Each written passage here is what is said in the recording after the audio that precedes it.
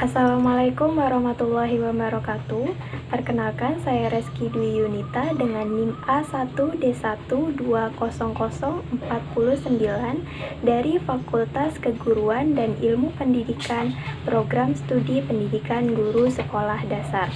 Baiklah, di sini saya akan menceritakan suatu kisah yang berjudul Datuk Darah Putih, suatu cerita karya Nusantara Negeri Jambi. Penasaran dengan ceritanya? Yuk langsung saja tonton video selanjutnya.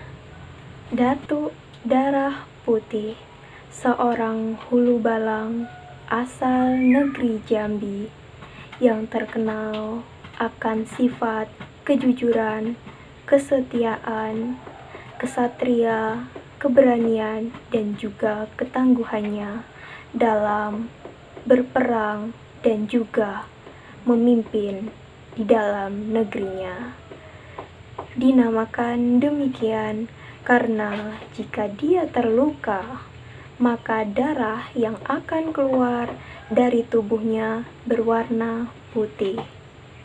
Raja dalam negeri itu pun sangat menghormatinya karena beliau adalah sosok yang sangat bijaksana dan juga sangat tegas dalam menjalani dan juga mengemban segala tugas yang diberikan kepada dirinya. Pada suatu hari, Raja mendengar berita dari sang mata-mata penjajah Belanda jika Belanda akan datang untuk menyerang negeri Jambi.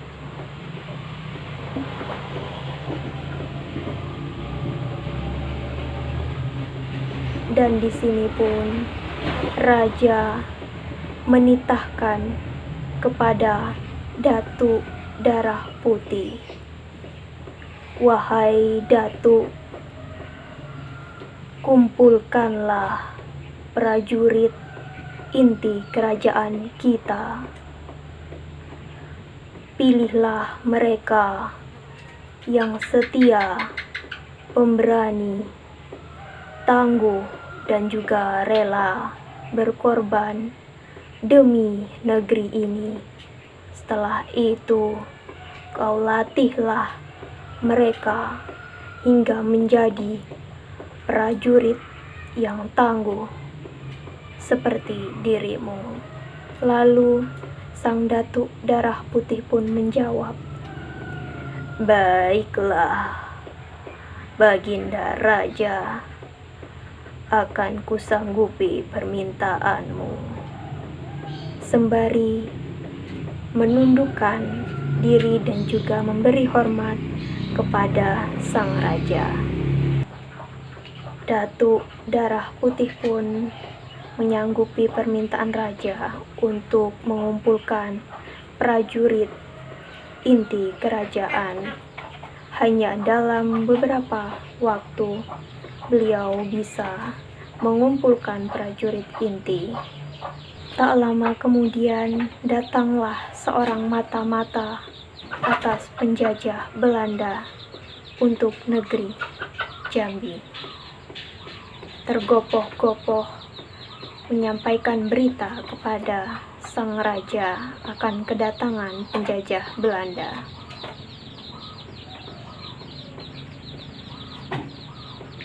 "Ya, Baginda." Lalu Baginda Raja pun menjawab, "Ada apa, prajuritku? Mengapa kau panik seperti itu? Katakanlah." Lalu prajurit pun menyampaikan apa yang ingin disampaikannya. "Maafkan hamba, Paduka Raja, karena hamba ingin menyampaikan suatu berita yang tidak mengenakan, di mana penjajah Belanda telah datang dan ingin menyerang negara kita melalui jalur laut. Lalu Baginda Raja pun bangkit dari singgasananya dengan raut kebingungan, berputar-putar sambil memegangi atau mengelus jenggotnya. Kelihatannya penjajah tersebut telah datang. Aku tahu apa maksud dari penjajah tersebut. Penjajah yang serakah akan kekayaan negeri kita. Cepat siapkan semua pasukan untuk menghadang penjajah tersebut. Akhirnya prajurit pun kembali. Lalu Baginda pun menitahkan kepada Datuk Darah Putih untuk segera bersiap-siap bersama prajuritnya. Lalu di sini Datuk Darah Putih menyampaikan bahwa prajurit telah siap dan siap untuk berangkat bertempur esok pagi. Ya, Baginda Raja, bahwa aku bersama prajuritku telah siap esok hari untuk bertempur melawan penjajah Belanda. Baiklah, Datuk, lakukanlah tugasmu sebaik mungkin. Kawal dan bimbinglah para prajurit hingga kemenangan kau raih demi negeri ini. Lalu Datuk Darah Putih pun menjawab sambil memberikan hormat kepada Raja. Baik, Baginda Raja, akan kulaksanakan titahmu.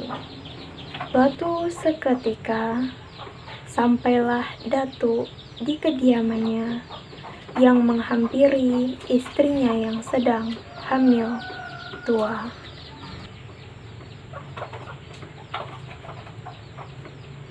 Ya, Dinda, bagaimana kabar anak kita? Apakah dia baik-baik saja? Lalu sang istri pun menjawab, ya Kanda, anak-anak kita dalam keadaan baik-baik saja. Aku hanya bisa berharap, Kanda, bahwa suatu saat jika anak kita lahir, bisa menjadi kesatria yang tangguh seperti ayahnya. Lalu Datuk pun menjawab, ya Dinda, sudah kupastikan bahwa anakku akan menjadi kesatria tangguh pada masanya nanti. Ya, aku harap juga begitu, Kanda. Lalu tak lama Datuk Darah Putih pun menyampaikan maksudnya serta tujuannya untuk esok hari dalam melawan penjajahan Belanda bersama prajurit kerajaan lainnya kepada sang istri. Ya Dinda, doakan aku, karena esok aku akan melaksanakan tugasku sebagai prajurit dari negeri ini bersama prajurit kerajaan lainnya untuk menyerang para penjajah Belanda yang akan memasuki negeri kita ini. Baiklah Kanda, aku akan terus berdoa untuk keselamatanmu dan prajurit negara kita ini, supaya kelak kau bisa kembali bersamaku, bersama anak kita dalam keadaan yang baik dan bisa meraih kemenangan di tanganmu. Lalu setelah itu Datuk Darah Putih memberitahu serta mempersiapkan prajuritnya agar beristirahat terlebih dahulu guna memulihkan energi mereka untuk bertempur di medan perang esok hari. Keesokan harinya, Datuk Darah Putih juga bersama prajuritnya bersiap akan bertempur di medan perang. Hari yang telah ditunggu-tunggu pun datang, di mana hari tersebut adalah hari pertempuran antara prajurit kerajaan bersama Datuk Darah Putih melawan penjajahan Belanda. Sebelum itu, Datuk Darah Putih bersama prajurit akan memulai pertarungannya, diantarlah oleh istri dan juga prajuritnya yang lain menuju dermaga Selat Pelabuhan Malaka. Sesampainya di Pulau Berhala, Datuk Darah Putih pun bersama prajurit membuat benteng-benteng pertahanan. Selama menunggu musuh, Datuk Darah Putih pun melatih mental para prajurit yang akan berperang nantinya. Tak berapa lama, para rombongan musuh dari penjajahan Belanda pun datang, dan Datuk Darah Putih pun memberikan aba-aba kepada para prajuritnya. Hei prajuritku, bersiaplah bahwa kita akan memulai pertempuran ini. Salah satu dari prajurit Datuk Darah Putih pun menjawab, baiklah Baginda, mari kita lawan dan hempaskan para penjajah Belanda tersebut. Dari situ mereka mulai memunculkan keris, tombak, dan juga alat-alat yang mereka gunakan demi menghadang penjajah Belanda. Dan terjadilah pertempuran besar antara kedua belah pihak. Dan akhirnya Belanda pun kalah dari pasukan Datuk Darah Putih, dan mereka pun terluka. Namun semangat dari kedua kubu ini tidak akan pudar. Peperangan pun terjadi selama beberapa hari berturut-turut, hingga pada beberapa hari kemudian datanglah pasukan Belanda dengan pasukan yang lebih banyak. Maka dari itu, Datuk Darah Putih mempersiapkan prajuritnya untuk bersiap kembali melawan para penjajah tersebut. Wahai prajuritku, persiapkan dirimu untuk melawan para musuh-musuh negeri kita ini. Maka terjadilah pertempuran untuk yang kedua kalinya antara kedua belah kubu, dan akhirnya peperangan pun dimenangkan oleh Datuk Darah Putih bersama prajuritnya, dan Belanda pun mengaku kalah. Datuk Darah Putih pun terluka. Begitu juga dengan para prajuritnya yang terluka parah. Datuk Darah Putih yang mengalami luka tebasan di lehernya meminta kepada prajuritnya untuk dibawakan sebuah batu sangkahan tipis untuk menangkal darah agar tidak menetes lagi di lehernya. Ya prajurit, tolong bantulah aku untuk meringankan darah yang ada di leherku ini.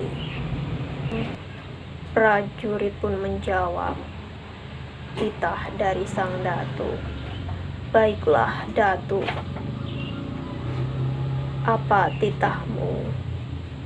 Sang datuk pun menjawab, tolong carikan aku sebuah batu sangkahan tipis untuk memberhentikan tetesan darah yang ada di leherku ini. Sang prajurit pun menyanggupi titah dari sang datuk tersebut. Sembari memberi hormat kepada sang datuk, baiklah datuk, akan kucarikan batu sangkahan tipis yang kau minta tersebut. Tak berapa lama, prajurit pun datang dengan batu yang diminta oleh sang datuk Darah Putih. Tergopoh-gopoh lalu mendatangi sang datuk. Wahai datuk, kami telah mendapatkan batu sangkahan yang kau minta. Baiklah, terima kasih prajurit, tolong bantu aku untuk meletakkan batu tersebut di leherku ini. Tak berapa lama, darah yang menetes di leher sang datuk pun berhenti menetes. Keesokan harinya, Datuk Darah Putih bersama pasukan dan juga prajurit lainnya kembali ke kerajaan dengan membawa sebuah kemenangan setelah mengalahkan penjajah Belanda. Sesampainya Datuk di kediamannya, disambut oleh sang istri dan juga anak yang baru saja lahir. Ya Dinda, bagaimana keadaanmu dan juga anak kita? Sang istri pun menjawab, ya Kanda, aku dan juga anak kita dalam keadaan selamat, dan kini anakmu pun telah lahir sebagai seorang laki-laki. Melihat anaknya yang telah lahir, Datuk Darah Putih pun merasa sangat bahagia. Datuk Darah Putih pun menghampiri anaknya sembari mendekap anaknya di dalam dekapannya. Sembari menimang, Datuk pun berkata, ya anakku, tumbuhlah menjadi laki-laki dewasa yang tangguh, pemberani, dengan sifatmu yang penuh kejujuran dan juga ketegasan. Belalah negeri ini dengan sebaik-baiknya. Datuk Darah Putih pun kembali memberikan sang anak ke dalam dekapan sang istri. Setelahnya Datuk Darah Putih pun duduk di tempat duduk sembari membaringkan dirinya perlahan, dan disitulah dia menghembuskan nafas terakhirnya, namun dengan hati yang gembira karena kemenangan telah diraihnya. Dan sang istri juga anaknya hanya bisa pasrah karena mengingat hal tersebut sudah menjadi kehendak yang Maha Kuasa. Baiklah, itu tadi sepenggal kisah dari cerita Nusantara yang berjudul Datuk Darah Putih. Nah, jadi pesan moralnya apa ya dari cerita tadi? Ya, pesan moralnya adalah pentingnya pemimpin yang baik dan bijak serta tegas dalam suatu negara. Oke, sekian cerita dari saya akhiri. Wassalamualaikum warahmatullahi wabarakatuh.